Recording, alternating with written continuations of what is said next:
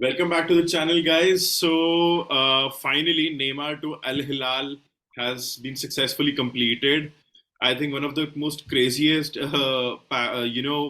contract I've ever seen. It's a 2-year contract, and Neymar will be provided with 300 million plus add-ons, and including add-ons, it becomes a 400 million euros package.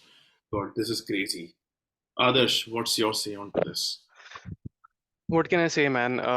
Neymar is just going the typical route that all the famous Brazilian players have gone, apart from a few. The talent that they come up with initially, they never achieve that talent, to be honest with you. I don't know, it's something about them that they get derailed from the path that they should really follow and become Ballon d'Or winners. So ever since Neymar left Barcelona, I never thought that it would be a great move. Because at PSG, no matter how you good, your levels will drop because you don't face the oppositions that you face in La Liga or Premier League. So that was the first bad decision that he made, and then after that it just became a comedy of errors. What he did, he never could achieve the heights that he was destined to achieve. Never won the Champions League, never won the Ballon d'Or. uh, he was the third best player of our generation, of this generation, before behind Ronaldo and Messi. But on numbers, if you see, and what the achievements that he had made, I don't even think that he comes up in the top 10, to be honest with you. So at 31, 32 years old, I personally think that he made the right choice. Getting 400 million is not a joke for just for 2 years, and this does not count the bad performances that he will show there. He might be injured for the rest of the season, for all we know. So he just wants to secure his money. I think he will retire after that from football, and he will venture into different things. I think he's more interested in the glam world, Hollywood and all that stuff. So, from a financial standpoint, I don't think it's a bad move for him. I think he's already achieved or is already peaked his potential. He's not going to become a great player again. So, and seeing that all the other famous players are moving to Saudi Arabia, I think that would have also kind of influenced him in making this decision. So, all in all, I'm not surprised because I knew that he is someone who can make this kind of a decision, and he did. So, personally, I don't think much about Neymar, to be honest with you. I stopped thinking about him after 2017, 18. So whatever he does doesn't make a real difference to me, to be honest with you. So good luck to him is all I can say. I think, to be very honest, looking at the current situation, I think the Saudi Arabia League is more competitive than League One at the moment because there he'll be competing with, a lot of good players like Mane. Mane, for example, he is still in his prime. He's just 30 at the moment. So competing against Mane and Ronaldo, Benzema, so he'll be competing against those players. Not a bad option, and definitely financially also. That's crazy, man. I'm a bit surprised that they offered him a 400 million euro deal. That is crazy. Other than that, of course, Barcelona really tried for Neymar. Even Neymar wanted to join Barcelona once again, wearing that number 10 jersey. Of course, he would have got the number 10 jersey from Ansu Fati, but I think he didn't want to work with Xavi, and also Xavi didn't want Neymar in his team. Xavi has openly said that right now Neymar is not his priority at all. He has openly said that. So at the moment, when this sort of statement came out that things are not really great between Xavi and Neymar, I understood that this move won't work because definitely Barcelona will not get rid of Xavi just for Neymar because Xavi is doing a great job for Barcelona. To be very honest, ever since he has joined back as a coach, he has been doing a very good job.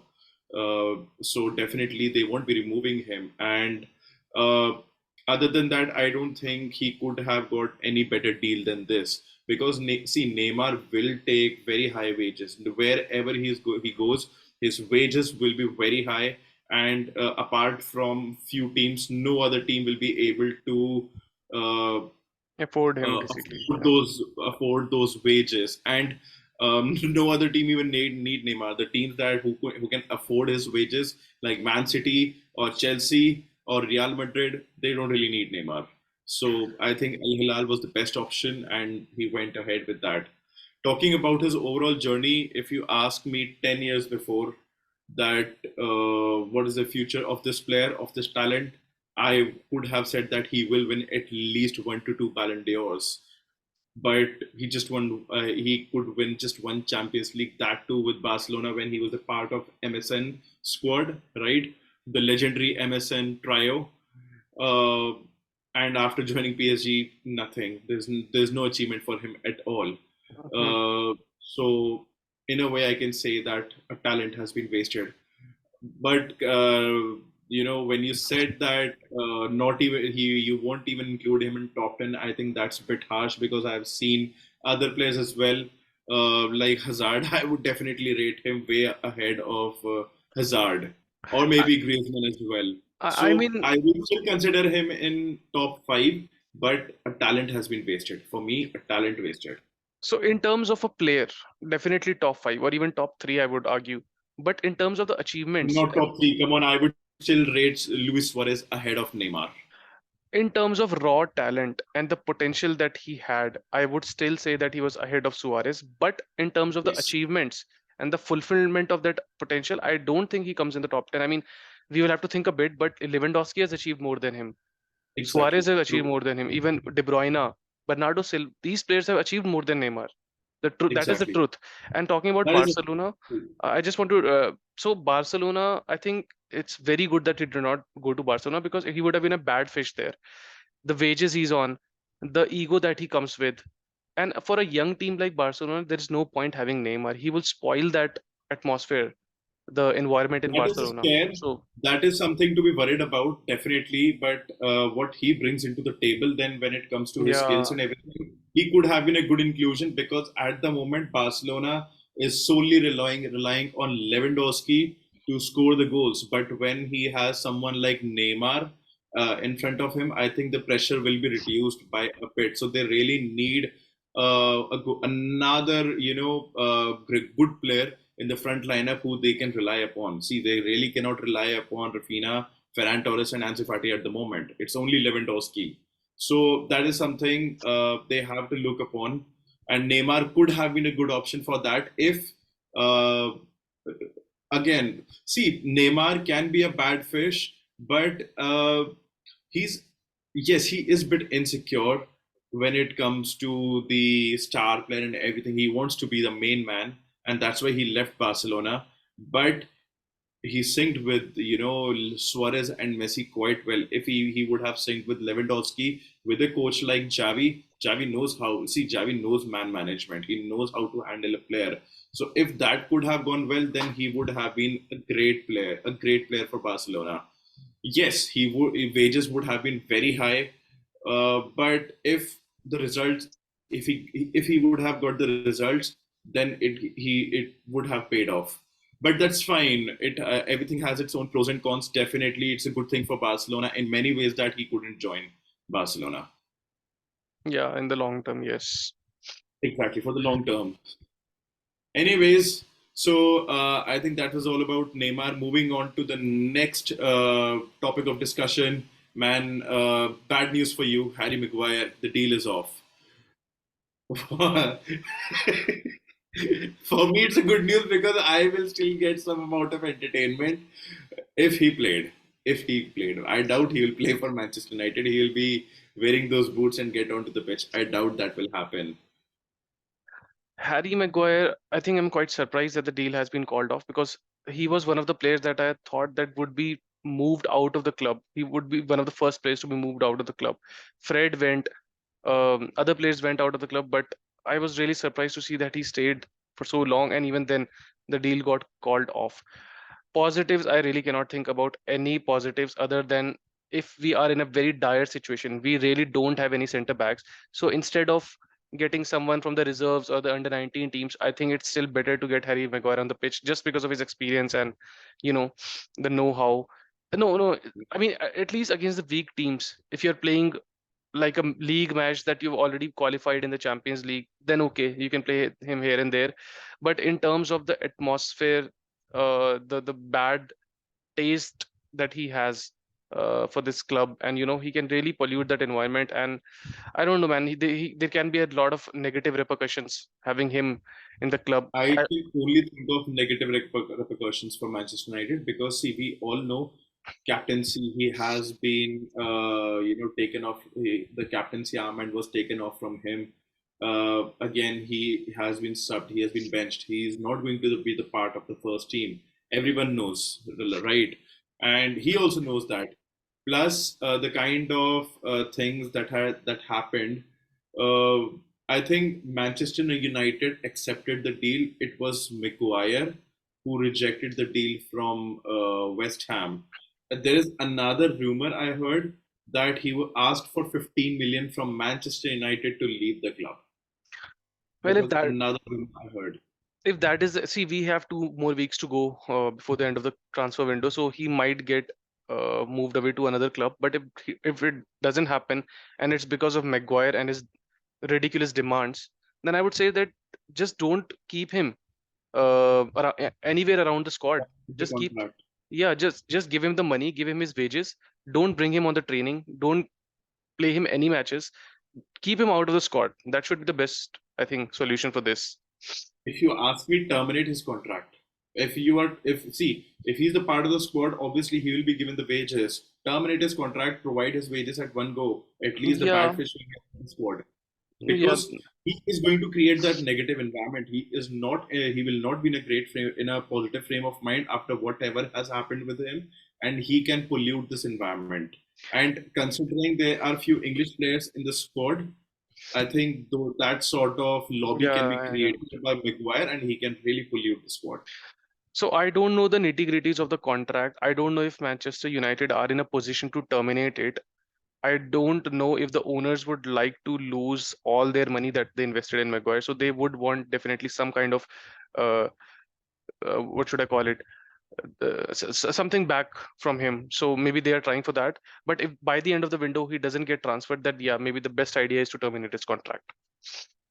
Exactly, because and that seems to be very unlikely because see, after almost 1.5 months, there was just one team, which was West Ham, who bid for Maguire, and they were ready to pay 30 million pounds, and Manchester United accepted the deal, but it was Maguire who rejected it.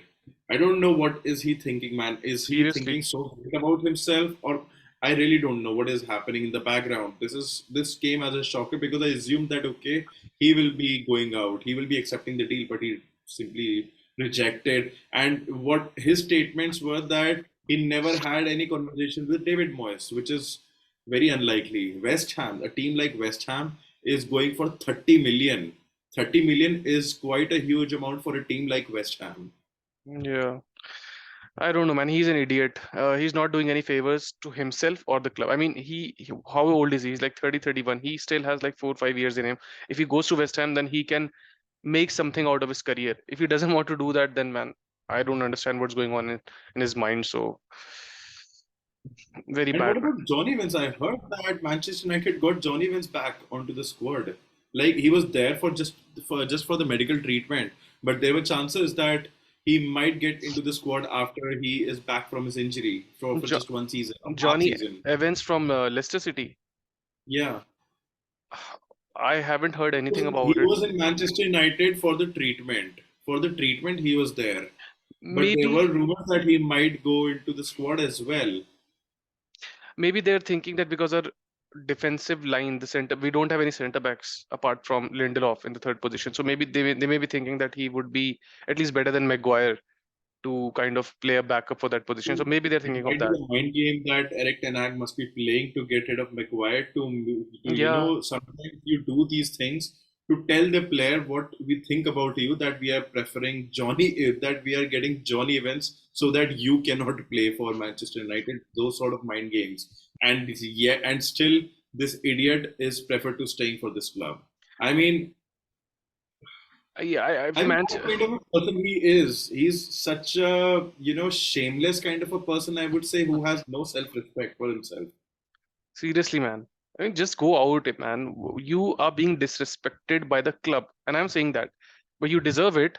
But still, as a person, you should feel it, and you should just leave, man. Just leave for all I care. Exactly. Yeah. True. That is clearly it's a shameless player. I got some respect for Dembele. To be very honest, after seeing this thing, I have respect for Dembele that he was very clear at least that I want to go to PSG and just tell me to PSG. Yeah. This man is preferring to stay here. God, what is happening in this world, man? Sometimes I feel like just take me out of this world. I don't want to see such things happening. Anyways, moving on. Kepa to Real Madrid. That was a surprise to me. To me as well, because I thought that, I mean, De Gea is not a great player either, but he still is better than Kepa, more experience, have played bigger games than Kepa. So I thought that Real Madrid would go for De Gea, but I think the problem is that he he would be demanding for very high wages, and maybe that's why they went for Kepa. Uh, they may because this came as a surprise, Courtois' injury, so they did not do the scouting for a goalkeeper, and we are approaching the end of the window, so this is just a you know instinctive kind of move from Real Madrid to just quickly get another keeper, so that at least they can start the season with somebody in the goal, somebody experienced still. So, but I think he would be on a loan or something. I don't think it's a permanent deal. He would be as soon as A Courtois. loan deal at the moment. It's a loan deal, but if he plays well, then it can turn out to be a He permanent one won't as play well. well. What makes you think that he will play well? Well, That's I'll a, be very honest with you. When he in his first season under Sari, he was really good. He was really good in his first season. I could see that okay, this man has potential. Maybe the league didn't suit him. Maybe the league didn't suit him because see, again, he was bought from the same league, so he knows this league very well. Being a Spanish playing for Real Madrid, I think he might perform well. I mean, look at Courtois. See, towards the end of his Chelsea years, in last 2 years, he was terrible for Chelsea. The kind of mistakes Courtois was making in Chelsea, it was quite disastrous. And first season also for Real Madrid, he was not that good, but now we can see what he has turned out to be. So because he had potential, I can yeah. see Kepa has potential. Kepa has made some great saves in the beginning of his Chelsea career. For at least 1.5 season, he was really good for Chelsea, and especially he's very good with penalties as well. So that's why I think Real Madrid went for him. He's still young. He still has got reflection and everything. League might suit him, and he might perform way better than Chelsea. Yeah, and what Well, about if he Chelsea? performs And well, it won't be a surprise for me. yeah, Chelsea will have to find another keeper then. I know that they have Sanchez, but They need how another. they will need another keeper. Kepa, I mean, for a goalkeeper of his size, he's not a very tall or big goalkeeper. He's not good on the ball. He dives. He's a good diver, but his reach is not good. So I don't know, man. I mean, for a team like Real Madrid, I never see him as a starter for a long time. Even if he plays well, they still might go for another keeper with better potential than him and better I attributes. don't think so. I don't think so. See, Real Madrid, Florentina Perez personally, he was a part of that ceremony, the welcome ceremony. Florentina Perez himself welcomed him. So I don't think they will be going for another keeper now. Not And now, considering not just now, for but a limited afterwards. period of time, yeah, considering for limited period of time, they needed a keeper. So I don't think he's a bad option. He might turn out to be a good keeper for them as well. See, again, as I'm saying, when in Chelsea, even Thibaut Courtois was not a very great passer of the ball. He also used to just blindly clear the ball. So the two leagues are very different leagues. So this league might suit him, and he might turn out to be a good keeper for Real Madrid. I won't be surprised at all if that happens. Yeah, what I was saying is that this year definitely he will be the first choice. He will play, but after this season, even if he performs well, I don't think that Real Madrid Well, would Thibaut keep him for Courtois will long. come back. Courtois will come back. So he will Yeah. again go to the bench, and it will be Courtois who will be starting. Yeah. Even as a second choice, I mean, maybe as a second choice they may keep him, but who knows? Let's see. I think not a bad option for second choice at least. Yeah. Anyways, let's move on. And Militao, another Real Madrid player out for 6 months with ACL. Two Real Madrid players down with ACL. God, this is disaster. Yeah. This is a disaster for Real Madrid. And Eder Militao, he's a regular starter for them. I think they Yeah. will go for a new centre back now, because now they're left with only Nacho, Rudiger, and David Alaba. Yeah, I mean, I've seen a lot of players getting long-term injuries even before the start of the season. So I don't know what's going on. I think they're not given the see last season was quite hectic because of the World Cup. And as soon as the seasons ended, all the major teams they went on for the preseason Preseason. tour, some to Australia, some to USA, US. Canada. So they haven't been given a chance to kind of relax and get rehabilitated, and that's why I think these injuries are coming up. So I mean, the football fraternity, at least these big clubs have to think about this, because at the end of the day they are also humans, so they should be treated like humans. They're being treated like animals playing so many games all around the world. It's taking a toll on them, and I think that's why these players are getting injured. So for with regards to Militao, a bona fide starter for Real Madrid, almost all the games, this is a big blow for them, as big as Porto, I would say. Uh, and a Exactly. player who is a defender, he's an outfield player, so he would be required to run a lot, be involved in the game a lot than a goalkeeper. So for this position, I think Real Madrid has to go all in for a good permanent signing. I think they needed a center back, another center back, either way, I think, for a long term, because Alaba, he is a bit old now, I think. And any injury to any of the other defenders can then lead you to play your second choice central defender. So I think they will have to go all out for another uh, renowned center back who has experience and who has been playing in a top team, I think. But A I mean, top player who can basically lead from the front. lead who can be a starter basically from the get go. Exactly.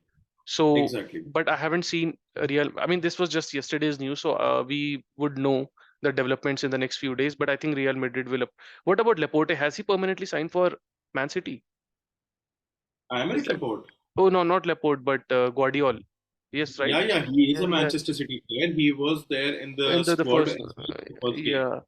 So who else is there? I mean, uh, they. I mean, See, I think again, even Eder Militao, we didn't know much about him before he signed for Real Madrid. I think they might go for someone like that, maybe from a less renowned team, maybe from someone like Real Betis or Villarreal or any like such type of team. They might get at centre back, because at the moment, Aymeric Laporte is the only centre back who can be who they can still go for, but not a centre back who will be suitable for Real Madrid. So yeah, really, Militao was a different case, because when Militao joined Real Madrid, they had Ramos and Varane as the first choice center back. So he had that window of 1 or 2 years to gel in with the team.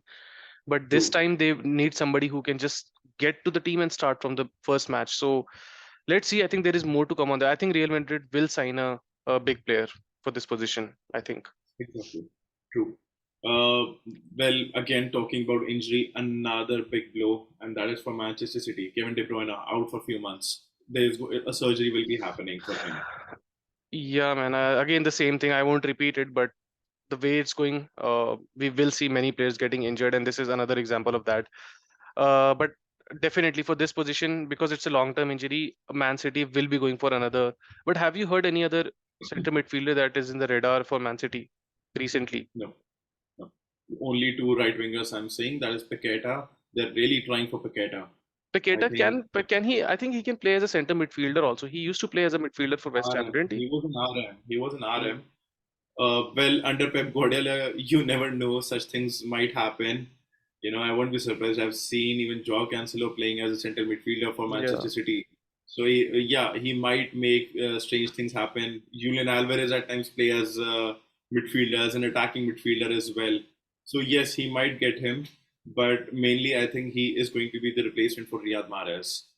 So Hmm. let's see what happens. And I think Pep has seen something in him, and that's why City is really going hard for Paqueta now. Definitely, he must Yeah. have seen something in him. And man, De Bruyne is such a unique player. You cannot really replace him. So for this season, I think they may do uh, with a small signing. I would say somebody who is not that experienced, who basically Guardiola, the way I he think they signs can get players. someone from academy as well. Cole Palmer is still there. But for De Bruyne's position, that would be asking too much. I don't know if I totally agree with that. I agree with you on this part. Let's see what happens, how they will proceed. If see, they will definitely try to work it out in the first half of this league, like that. But I think if it doesn't work, then they might get someone in the Jan. A permanent replacement will not be a rash signing, that I am pretty sure of. That would be a well thought of signing. A lot of research would be going for that replacement. So for this season, I think they will do with a small signing. But as a permanent replacement, Guardiola, as we have seen, he will do a lot of research. He will come up with a player who he thinks that can actually replace De Bruyne, because I think at the moment he's irreplaceable for Man City. De Bruyne is irreplaceable, man. I think I think he should have been benched in the first game. We knew that last season also, towards the end of the season, he got injured. He was not fully fit when he was playing the UCL Champions League final, and he got injured once again. He was Hmm. substituted in the first half itself. And I think Pep should have been more careful around it, and he should have been subbed.